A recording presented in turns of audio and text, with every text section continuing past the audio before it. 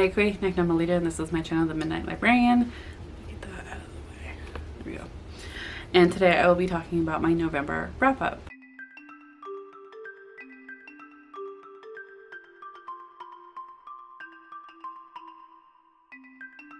It is December, the last month of 2023. It's crazy how quickly this year went by. Oh my goodness. I don't think November went by all that quickly. It had like a good pace to it, I feel like. It didn't go by too quickly. It wasn't going by too slowly. Like I wasn't like going, come on, where's December now? But I did find myself anytime I finished a book going, oh, this is going on my November wrap-up. Okay. And was really pleasantly surprised. So otherwise, not much to know. Let's get into the books I read. Before I get into that though, I just want to say that please do not compare yourself to others. I read what I'm able to read because I heavily rely on audiobooks, because I am able to listen to audiobooks while I do other hobbies, as well as I am grateful to be able to have a job that allows me to listen to audiobooks as I work. I do physically read, but it's finding time here and there. So just because I read so many books comparably to other people, or like if you, I don't know, so long as you're reading, you're winning. Okay, like don't compare yourself to others. Like do what you need to do. I'm not a full-time booktuber by any means. Like I said, I have other hobbies and I have a job. so for the month of November, I ended up reading 11 books, 3,306 pages, 95.78 hours listened to. I do count all the pages of all the books, no matter if I listened to them or physically read them. However, I only count the hours if I listen to them only. For source, I have 9 audiobooks, 1 physical book, and 1 a mixture of both. For format, I have 9 novels and 2 novellas. For audience, I have 7 adult, 1 children's, and 3 young adult. And for genres, I have 1 classic, 3 fantasy, 1 historical, 3 mystery, 2 nonfiction, and 1 sci-fi.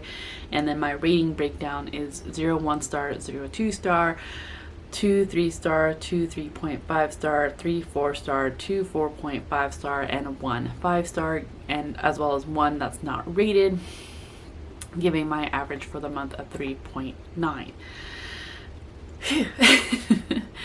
For the month of November, I completed 5 out of the 11 10-pack booster pack from my Pokemon Chooses My TBR. Of those 5 that I completed, I have Dartrix, that is a grass Pokemon, so to read a book with something botanical on the cover. I have Magnemite, which is a steel Pokemon, so to read a nonfiction. I have this trainer card that is also holographic, so as to read an anticipated mood read. And this Hisuian Sneasel, which is a dark Pokemon, so to read a horror. And then I also have a Knocked Owl, completed Knocked Owl, which is a normal Pokemon, so to read a contemporary. I know where this is, it's just I need to grab it. My TBRs are very loose. I can switch them out anytime I want to, because ultimately at heart I am a mood reader. However, I like the Pokemon cards Choose My TBR because it gives me some structure. And then I will go into which books those fulfilled, or which books fulfilled those prompts here shortly. I think this one's the only one that I didn't have anything set for because it ultimately was an anticipated mood read, but I'll let you know what fulfilled that prompt here shortly. I also was able to I also loosely participated in Nonfiction November, trying to focus on some nonfiction. I think I only got 2, which is fine, because I read nonfiction throughout the year. I also was trying to pay attention to Indigenous authors, which I think, again, I only have 2, which is fine. I would have liked a little more, however, but it's another one that I do try to read all year round, because Indigenous authors, as an Indigenous person, I am Indigenous more than just 1 month a year. So I didn't do as well as I had wanted to this year in terms of reading Indigenous authors, but I was trying to be aware of that going into November. I also participated in the Bloomin' Readathon, which is a readathon hosted by Alli from Allison Paiges, who I will have linked in the linked down in the description down below. If you want to go check her out, I highly recommend it. She is very much a cozy booktuber that really focuses on the mundanity of day to day, as well as mental health. I love her. I love her booktube a lot. And the Bloomin' Readathon, I believe this is the 3rd year that it's going on, and this is the first year that I've actually really paid attention and tried to fulfill as many prompts as I could. The readathon itself is fairly loose in that basically it's a bingo board and you are trying to get a bingo. You know how to play bingo, right? Whether that is 5 across, 5 diagonally, or 5 horizontally. Horizontally is the same as across, 5 vertically, or get a blackout. I did complete all but 2 of the prompts from this bingo board, which I'm really excited about. Again, I will go into it more later. I think that's it. Okay, now let's get into the books. So the first book that I read for November was actually a rollover from October, Spookopolython, and that is Where the Red Fern Grows by Wilson Rawls. So this one actually Brad had picked out for me because I landed on the prompt in Spookopolython that someone else had to choose my book, and so Brad, my fiance, chose Where the Red Fern Grows, which was one of his favorite books growing up and still remains one of his favorite books from what I understand. So I ended up getting the physical copy from the library that I work at, and we actually had started, I read this book out loud to him before we went to bed, and that worked for a little bit, but ultimately when we go to bed we're exhausted and we just want to sleep. So that didn't work out for very long.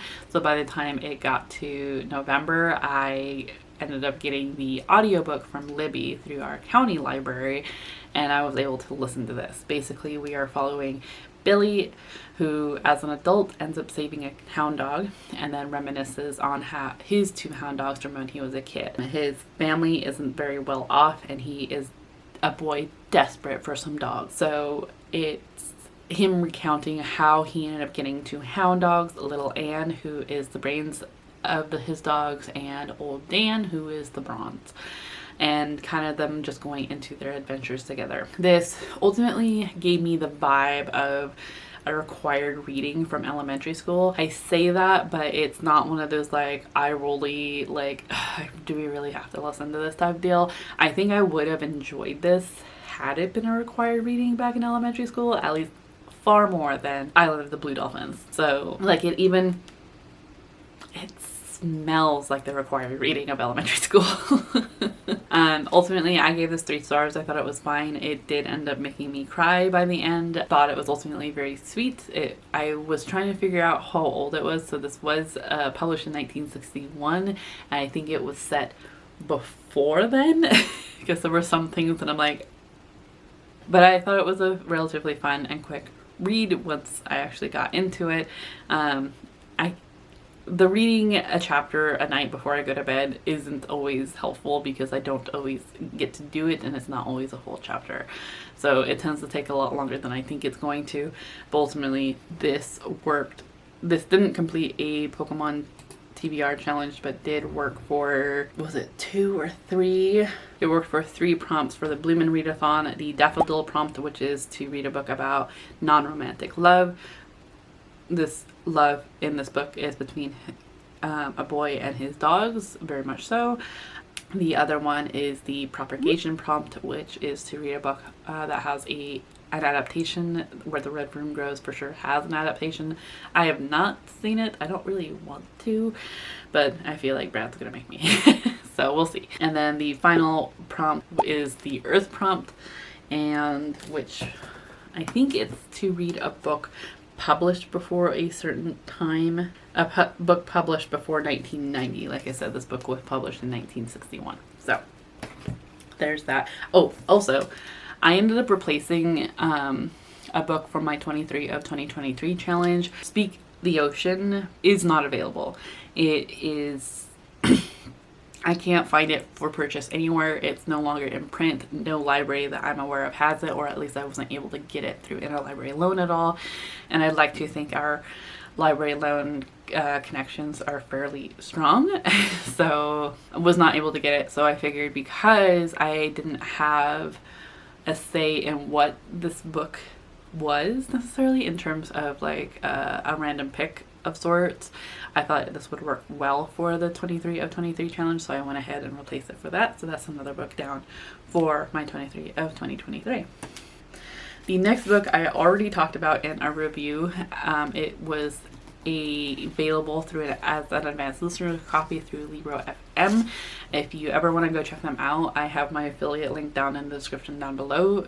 But basically, because I'm an influencer, I do have access occasionally to their available advanced listeners copies, and the Berry Pickers was one of them. And so thank you so much to them for that. I thought it was great. If you couldn't tell, I do have the physical copy as well, so I really did enjoy it. This cover is gorgeous.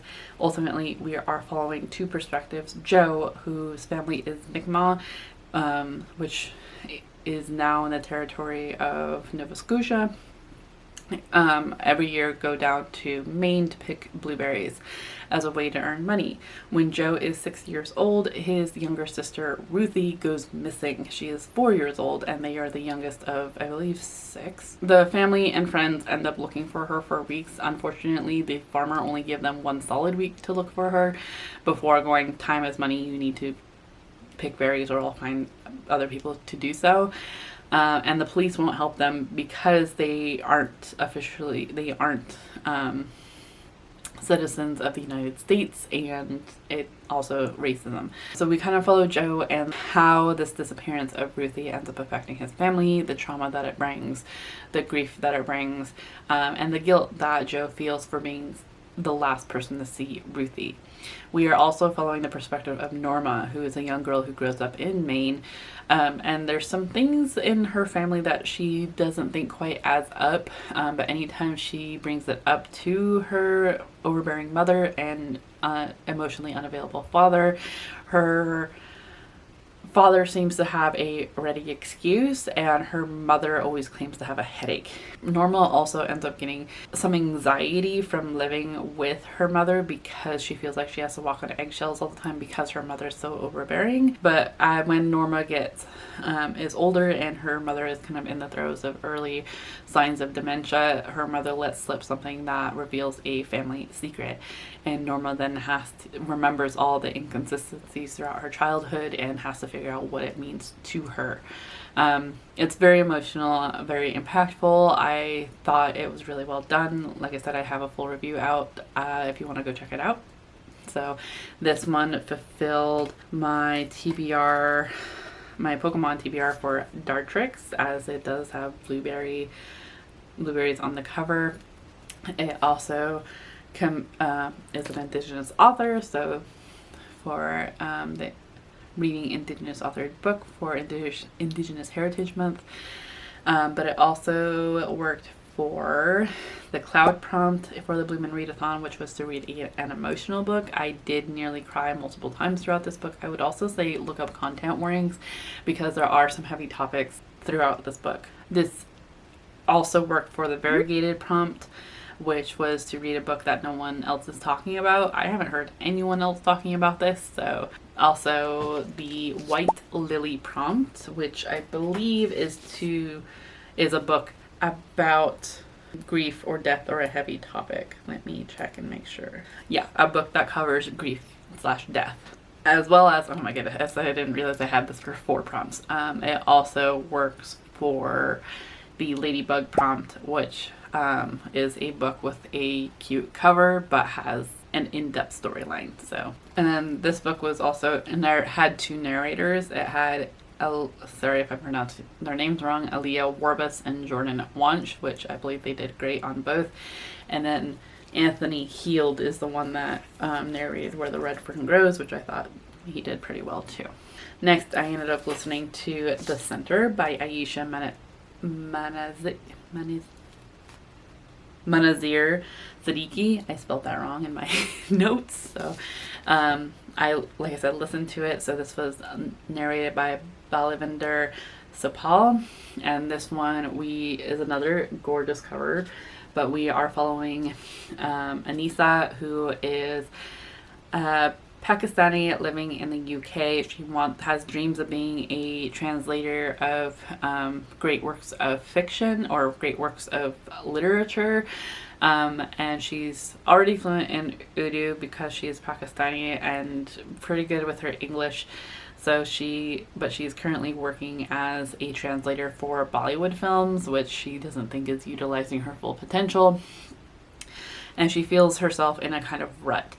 So when her boyfriend suddenly learns Urdu overnight, she wants to know his secret, and he tells her about the center, a very strict, rigorous program and center that requires you to spend 10 days cut off from everything. No phone, no computer, no contact with the outside world, and little to no contact with the people who's taking this program with you. So Anisa decides to go into this program and utilize the strange and rigorous processes to learn German, and then she finds herself enmeshing further into the organization, seduced by what's possible.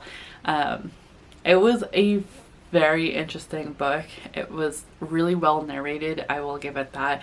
It definitely went in a direction that I wasn't quite expecting, but it was definitely fun. Like, I got the physical copy. I thought it was really thought-provoking and interesting.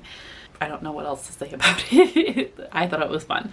So this one completed my Hussein Sneasel prompt to read a horror, as well as for the Bloom and Readathon, it covered the Moon prompt, which was to read a book set in a different country. This was set in the UK, as well as Pakistan and India. This also worked for the Spider prompt, which was to read a book with dark themes. The next book I also ended up putting up a full review for, if you want to go check that out, but that is Thinning Blood, by A Memoir of Family, Myth, and Identity by Leah Myers. This is the one that I did not rate because it ultimately is a memoir. Leah Myers is Jamestown Sklallam, which is located in what is now known as Northern Washington. And basically Leah Myers grew up knowing she was Native but not being immersed within her culture, and is figuring out what that means, confronting her identity issues as an adult, and realizing that her great-grandmother was the last full-blooded Sklallam member in her family lineage, and she is possibly the last Sklallam tribal member in her lineage, due to blood quantum rules. So Leah Myers goes into what that means, as well as assigning her great-grandmother, her grandmother, and her mother and herself totems, which is also part of her culture. So it was very interesting. I talk more about it in my review, but I thought it was a good introduction of sorts for anyone who is non-native or is native and didn't grow up within the culture, because of Leah's identity issues. This was one that my mom and I unofficially buddy read together, and I say that because we ended up reading it around the same time without meaning to, and despite my mom having identity issues, it's not the identity issues that she connected with in here, and she just thought this book was all right. I thought the identity issues were interesting and not something that it is something that I have occasionally, particularly when Leah Myers had to defend herself to her non-native friends in terms of like having to say like, you know, she's native, and they just kind of look at her like and go like, but you might as well be white. So in that way I identify with Leah, but I thought that I really appreciated when she talked about her Sklallam culture in terms of the language, in terms of the animal stories, and trying to figure that out, because that's what I connect with in terms of identity, because it's something that we're still learning. I'm still learning with Yurok. This one completed my Knocked Owl Pokemon prompt, which was to read a contemporary nonfiction. It's also nonfiction, so it worked for Nonfiction November. It's also an Indigenous author, so it worked for Indigenous Heritage Month. Knocked Owl is the one that I didn't lose. I know where it's at. It's just hard to reach. This also worked for the tree prompt in the Bloom and Readathon, which is to read a nonfiction.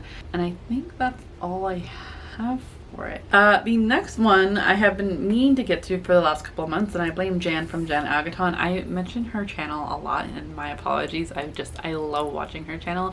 I swear it's either Jan from Jan Agaton or Allison from Allison Paiges that I always mention, but it's because I like watching their videos and ultimately am interested in the books that they read.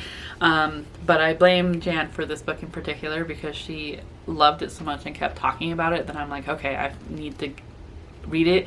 Plus they had that gorgeous, was it the Illumicrate cover that like I refused to get until I actually listened to it. So I did get this book through Libby through my county library, and that is Divine Rivals by Rebecca Ross. So let's see, let me talk about the book first. So Divine Rivals, we are following, I already forgot their names, Iris Winnow, who is 18-year-old and she just wants her family to be together. However, because of this fight between two gods, her brother is called for duty and to fight in this war. So he goes off to war. So Iris is left to finish up high school and take care of her mother, who goes into a depression after her brother goes off to war. Working at the the Oath Gazette, to try to win the position of columnist. However, she's not the only one trying for this. There is someone else. Roman Kit is also trying for this position, and they don't get along. So to combat her worries, Iris writes letters to her brother and slips them beneath her wardrobe, where they vanish into the hands of Roman Kit, who is aware that it's Iris Winnow, but doesn't want to tell her that it's him yet. So I very much okay, this book was narrated by Alex Wingfield and Rebecca Norfolk. I thought the narrations were really well. We do follow both perspectives and alternating perspectives. I really enjoyed the first half of this book. I thought it was really whimsy. It very much gave me You've Got Mail vibes with World War II romance with elements of a Studio Ghibli movie, like Howl's Moving Castle. I just kind of expected Howl's Moving Castle soundtrack to go along with this really well, and really enjoyed it. Like I said, the first half of it, I really first 3/4 of it, I really enjoyed. When it got towards the end, it felt kind of rushed. I liked the tension between Iris and Roman. I liked learning more about Roman. I liked learning about Iris. I really felt for Iris. I really felt for Roman. I really liked their dynamic. I thought both their perspectives were really interesting. But once that tension kind of went away, it felt like a whirlwind of oh, we're doing this now, we're doing this now, we're doing this now. And it didn't have that pacing overall whimsy feeling, which I get to an extent because they're more involved with the war at that point. But at the same time, it kind of gave me a disconnect. And then it kept becoming, I don't know, it kept going into places where I didn't quite like it to go and didn't really want it to go.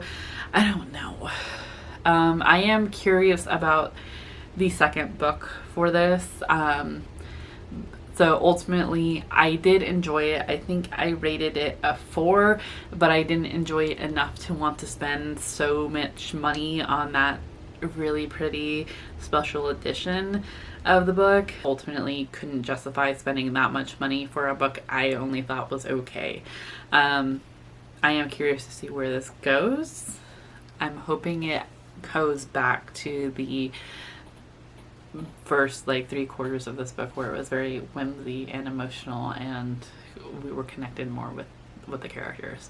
So yeah, this one was kind of just a spur of the moment read. I don't think it counted for anything. I guess technically I could, so it didn't technically count for anything, but I think I can go ahead and do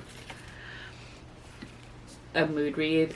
So like Unidentified Fossil, which was originally for Warrior Girl on Earth, which I didn't get to this month. I could put with this, so that's technically 6 of my prompts read. For the Bloomin' Readathon, this counts for the B prompt, which is to read a book with a lot of buzz right now. I've been hearing about this quite, not just from Jana, but from other folks as well. The Tulip prompt, which is a book with romantic love.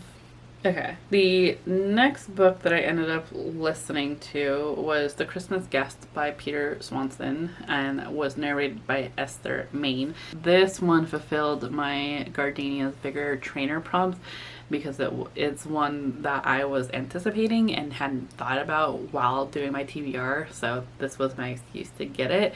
I'm still debating on the physical copy, in all honesty, because I did ultimately rate this a 3.5 star, but basically we are reading a diary of a American girl who is going to school in the UK and ends up getting invited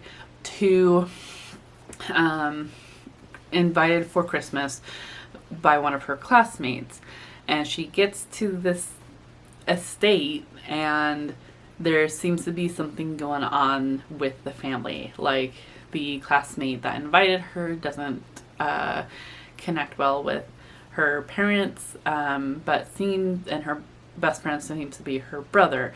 The American girl notices the brother. He's very attractive, but he's also has been accused of murder, and so the American girl is trying to figure out if she's in a romance or a thriller.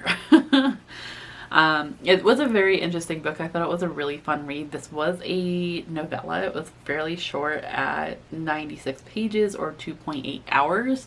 It was a really quick read and I enjoyed it. I rated, like I said, rated it a 3.5 star. I thought it was really interesting.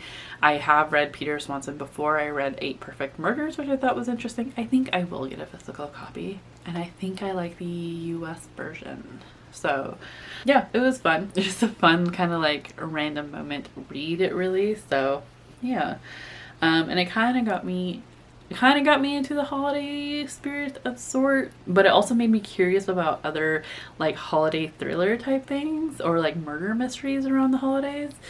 I'm very curious about that now. This one, for like I said, fulfilled the Gardenia's Bigger Trainer card, but also fulfilled the Cacti prompt for the Bloomin' Readathon, which was to read a short book or a novella or an anthology. Next was another kind of random pick for me, in all honesty. Like, I wasn't sure if I was actually going to get to this book at all, but I ended up reading Daughter of the Moon Goddess by Sue Lynn Tan. I remember getting this UK edition, like, back when this came out. When did this come out? Last year. Oh my goodness. Okay, back in 2022. But this is a gorgeous edition. I love the UK, like, they're both pretty covers, the US edition and the UK cover. I just particularly was more attracted to the UK cover, and now I'm very curious about the next book in this installment. But basically we are following Xing Yin, who was raised on the moon and is unaware of being hidden from the Celestial Empire. Her mother is the moon goddess, but unbeknownst to her is a prisoner of the moon. So one day when she accidentally ends up unleashing a bit of her power, Xing Yin has to leave the moon in order to save her mother. And and finds herself within the celestial empire. Then finds herself within the celestial kingdom, a land of wonder and secrets. In disguise, she trains alongside the emperor's son, mastering archery and magic. And despite the passion which flames between them, Xingyan is determined to save her mother. I thought this was really dynamic. I thought that the romance, the love interest with the emperor's son was fairly interesting, but I don't know, it felt very YA, and I get that this is a YA book, but I don't know, it felt overly dramatic. And there was a couple instances where I disagreed with how Su Lin Tan described some things. So at one point, it said that romantic love hurts more when your heart's broken than non-romantic love, which I think is a farce that we should stop promoting. Friendships ending or non-romantic love ending in any way can be just as terrible and heartbreaking as romantic love. So that was one thing that I was particularly annoyed by. But other than that, I thought this was really interesting. I know that this was inspired by, I think, Chinese mythology, from my understanding. Inspired by the legend of Shangye, the moon goddess. This captivating debut weaves Chinese mythology into a sweeping adventure of love and family, immortals, and magic. I loved visiting the other kingdoms in here. I loved the growth that Xingyan had in terms of becoming an archer and going into the celestial army. But it was very much to almost like the chosen one trope of a sort, that she happened to be really good at certain things despite others doing it for years. But aside from my two critiques, I'm still very much interested in the next installment of this book. So this one does not complete any of my Pokemon prompts, and was able to complete a couple prompts for the Bloomin' Readathon, including the Vine prompt. Why was the Vine prompt involved? Okay. So the Ivy prompt, which is the highest rated book you have on your shelf, which I think it's one of the highest. I think it's a 4 point something on Goodreads average. I'm not entirely sure. And then the Mole prompt, which is a book with a strong antagonist. The Celestial Empress, holy shit. That's all I'll say. So there's that. Next one is another one that I was surprised to get to this month, because it's another freaking chunker. So that's one thing I was really surprised about, was not only the amount of books that I was able to read this month, but the amount of chunkers that I was able to get to too. So thank God for audiobooks. So the next one I was able to listen to was Hellbent by Leigh Bardugo. This is the second bent in the Alex Stern series, where basically we, in the ninth house, we are following Galaxy, aka Alex Stern, who, how do I explain this? Alex Stern can see ghosts.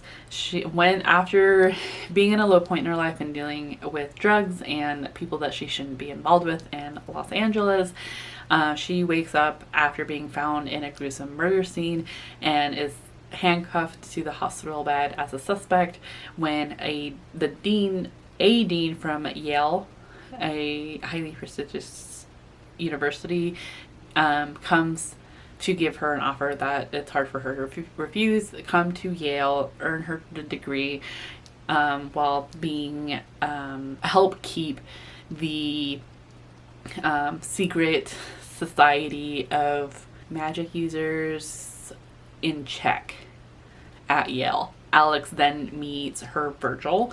Darlington is all I know him by, who teaches her the ropes in terms of these different secret societies at Yale, and how each one wants to do rituals during certain times of the month, and how it's their job to kind of keep them in check. But something is going on with Yale, particularly after Darlington is essentially thrown into the depths of hell, and people who shouldn't be getting murdered are getting murdered. So Alex, with the help of I forget her name, and I apologize, I love her too, damn it, of someone else from this society, unravels the mystery that's going on at Yale. This is a continuation as they try to save Darlington from the depths of hell. What is her name? Dawes. That's her last name. I don't remember her full name. Ultimately, I liked this one better than Ninth House. I thought Ninth House had some interesting details that I don't think were necessarily needed. This one I didn't mind. What still kind of bugs me is Alex's connection with Darlington, because there seems to be this like unspoken connection between them in terms, I don't know if it's love or attraction, but it's like it was kind of there in the first one, but I don't think it was progressive enough to warrant anything. I understand that Alex and Dawes want to get Darlington back, but because he is Alex's Virgil, and it just seems right, as well as Dawes' friend. But in this one, it made it seem more like Alex and Darlington have an unspoken attraction that is then even like brought up more, or like Alex really starts questioning it. In this one in particular, what's going on. There seems to be, I'm not sure about their connection. It's not convincing to me, and even by the end of this one, it's still not that convincing to me. I thought this one was overall interesting though, and I really enjoyed it, so I am very curious about the next installment. So yeah, this one also did not work for any of my Pokemon prompts, but did work for the prompt of Roots for the Bloom and Readathon, which was basically to get back to something. I think it was more of like reread or read something that has been on your TBR for a while. And though yes, this has been on my TBR for a little bit, I was more thinking of like, getting back to a series that I needed to continue on with. So I am now caught up with the Alex Stern series. This one also completed the snail prompt, which was to read a slow burn. I think this is a relatively slow burn of sorts, of me trying to figure out what the hell is going on between Stern and Darlington. The next book that I ended up, Hellbent was narrated by Lauren Fortgang and Michael David Axtell, and I believe Lauren Fortgang narrated the last one, The Ninth House, as well, and I thought she ultimately is Alex Stern at this point, so I thought she did relatively well. The next book that I read was The Annual Migration of Clouds by Premi Muhammad. This one I also listened to, and this one took longer than I wanted to, in terms of how long it took me to finish it. So this one I actually ended up getting put on my radar through Sage from Sage Reads, who I don't believe is posting anymore. I'm not entirely sure, but I'll link their channel down below if you want to go check them out. But this was a random pick from my 23 of 2023, so it was randomly picked, and basically it is like a dystopian of sorts novella. We are following this young girl who basically they live in an abandoned university. It's no longer used as a university, it's used as like a housing complex. Each person has a job to do. The earth is kind of just fucked at this point. And there is a strange sickness, disease, parasite, I'm not entirely sure what it is, but our main character has it. It creates these green like branching veins within her, and like it can be dormant forever, or it can come out at any moment, and it can kill you whenever it wants to. And ultimately she's she has it, and she ends up getting accepted to an actual university she wants to go to. However, her mother thinks that it's fake, and her best friend is trying to encourage her to go. She's ultimately unsure of what to do. And so this book is basically her figuring out, like, we kind of explore her community and like try to figure out with her if she should go or not, if it's a farce, or if she will be able to survive the lone trip. So I thought it was overall interesting. I think it could have been a longer book, and ultimately there was already kind of a bad taste in my mouth for this because I had tried to read it before and wasn't quite clicking. And so when I finally like got through it, I'm like, why did that take me so long? So it's not the book's fault, it's mine. But I did rate this 3-star. I thought it was all right. It does not work for any of my Pokemon prompts, though I suppose it could technically work for this energy card because there is green on the cover, a little bit anyway. But otherwise, for the Bloomin' Readathon, this worked for the Dandelion prompt, a book that's been on your shelf for ages and you can't seem to get rid of. And mostly it was because I was seeing it on my Libro forever. On my Libro downloads forever, so that's why it filled that one. Next, I ended up stumbling across one kind of by accident, and it was Pink Moon by Annabelle Chase and Tana Gray, narrated by Carly Robbins. This is a witchy mystery series, and I'm excited to stumble into more of these. If you haven't seen my December TBR, I have the second book on that TBR, so I'm pretty excited about it. I rated this 4.5 stars. We are following Kit, who is part of a prestigious family of witches and warlocks. And she's an older protagonist. I think she's in her 40s. She has 2 grown young adult children who are off at college, and she's at her family's estate helping take care of the animals there, as well as her 2 younger sisters who are 33 and 20 something. Realizing that she is feeling a little listless now that her kids are off at college, she's not sure what to do with herself, and up comes her old boss from the Hex Support, which is a branch of the FBM, the Federal Bureau of Magic, come to ask her to help figure out what happened to another prestigious witch in Georgia. Kit decides to take this case, if not only as a favor to her old boss, but also to figure out if this is really what she wants to do. So she goes to Georgia to try to figure out this case, only to keep stumbling into a cocky, overbearing vampire. And she's trying to figure out his connection with this case. Ultimately, it was really fun and witty. There are a lot of pop culture references that calls her out on her age, as well as calling out like when this book was published, which I'm not sure when, but it feels like fairly recently, within the last couple of years. I think it was, yeah, within the last couple of years, because they reference like Zendaya and like other pop culture.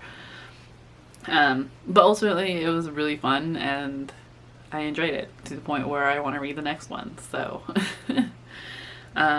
this one did not fulfill any of my, I guess, could it be a thriller? I don't think so. Didn't fill out any of my Pokemon prompts, but did fulfill a couple of the Bloomin' Readathon prompts. So it fulfilled the Sunshine prompt, which is to read a book that will make you happy. I am realizing that witchy mysteries are a great source of cheer for me. Let's see, it also fulfilled the water prompt. What is the water prompt? Author you've been thirsty to read more of. That makes no sense. I'm not sure why I picked that. Not necessarily an author but basically a genre, I think I was thinking. And then it also did the Fertilizer prompt, which is a book that will nourish your soul. yeah, I've been trying to find more witchy, cozy mystery series since reading This is a Very Secret Society of Irregular Witches by Sangu Bandana. So I think this was almost as close to that as I could get. There could have been a little more smut, but we have 2 more books to go through, so who knows. And then the final book that I read for the month of November was The Omnivores Dilemma by Michael Pollan and narrated by Scott Brick. This is a food nonfiction that I rated 4.5 stars, and basically it is Michael Pollan going through, this was published in 2006 but is still very much relevant to today, in that Michael Pollan goes through and basically is having 4 meals, each made with different qualities of food in terms of like McDonald's, and trying to follow where all the food is coming from.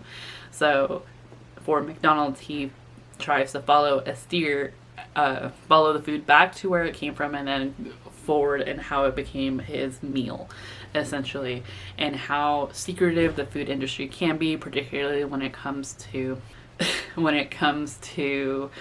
the slaughter of cows, pigs, chickens, etc., as well as how industrious the food industry has gotten, and is it really better or worse for the environment, people, etc. So he definitely goes into particularly how much corn we eat willingly and unknowingly. Mostly because of how much corn is being fed to animals, for like chickens, beef, and pig, for animals that cows in particular, don't typically eat corn, and how they've been altered to be able to eat corn, as well as all the byproducts that come from corn that is now in everything. We also follow he also goes and explores some smaller farms that are trying to do more organic, and what organic actually means in this day and age, and if it's more sustainable or not, as well as some of the practices that smaller farmers are trying to do to keep it sustainable, and if they can really outcompete the industry that is the food industry, and how the FDA or agriculture organizations are really kind of not making it easy for small farms or ranchers to be able to make any money, but how industrial size corn farmers or ranchers aren't making much money at all based off corn because of how the industry is organized, as well as to the point of hunting his own meat, and foraging for his own food to make a meal completely that he knows where he sourced it from in the wild. It was really interesting. Hopefully I didn't give too much of it away, but I thought it was really interesting. Like I said in my November TBR, this time of year, I really do enjoy reading about food in nonfiction, so this works for nonfiction November. But it's always kind of a give and take as well, in terms of, yes, I'm interested, but it doesn't necessarily mean I'm going to be happy listening to it, particularly when it comes to the food industry or government making choices just to line some people's pockets, based off in order to line people's pockets base it off of the health of society, as well as the progress of society. So I thought it was really interesting. I would be interested if Michael Pollan did an updated version, though I haven't read any of his other books, which one of his other books was on my November TBR too, but wasn't able to get to it. So I'm curious to read more of his works, but I am interested to see if he ever does do an updated version, since this is from 2006, almost 20 years ago. But I will critique and say that I wish that he had spent more time on the hunting and foraging element of that particular meal, like he did with the other meals of sorts, because he had other perspectives and other other viewpoints, and I would say that there are more perspectives that he could have got for the hunting and foraging. Particularly what I'm thinking of is the native perspective in terms of having to fight for rights to be able to forage and hunt and fish in our ancestral territories, and how treaties have not been upheld, and how we've had to fight for that, and how we still continue to fight for it, particularly with state parks and national parks, because they believe that if left alone, that's how the park will remain pure, when really it's always had human intervention in order to keep it healthy. And how foraging and hunting and fishing in our ancestral territory is ultimately a part of our culture. So yeah, I know that's like a very specific perspective, but I think it is a much needed perspective, because Michael Pollan kept mentioning while he was hunting or while he was foraging that this was someone's food source like for over 1,000 years. And it's like he was talking about it in past tense, when there are still native people in the area that he's collecting, and that they are very much doing that to this day too, very possibly. And I'd be interested to hear too if he ever did do that, in terms of the trouble not only with other folks, non-native folks, foraging for these foods that are inherently important to this culture, and exploiting it for money or for their own gain, and how that also affects the native community. Because I know that particularly he talks about in terms of like just people having their own like it's hard to get where people forage for mushrooms, for instance, and it's the same with acorns. And though he's talked about acorns in this, he doesn't realize that people also do that with acorns, because there's people that will exploit it and for their own gain. So yeah, anyway, so those are the books that I read for the month of November. Oops, I completely forgot to tell you about okay, so the Omnivores Dilemma goes for Magnemite, which is to read a nonfiction, as well as my the succulent prompt for the Blue Moon Readathon, which is to read a book that gets me hot, whether that's like in a sexual sense or anger sense.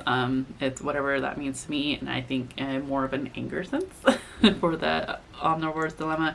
And I think that's the only one that I have for that. So I have 7 bingos. Like I said, there's like 2 prompts that I wasn't able to get to for the Blue Moon Readathon bingo, but here's what I have. Yeah, and here is what I have for the physical books that I was able to read this month. Really happy with the turnout, really excited for what I'm able to get to for December. My apologies, I talked a lot in this video. Thank you so much if you're still with me. Let's go ahead and put a plant emoji for the Blue Moon Readathon, your favorite one, whichever.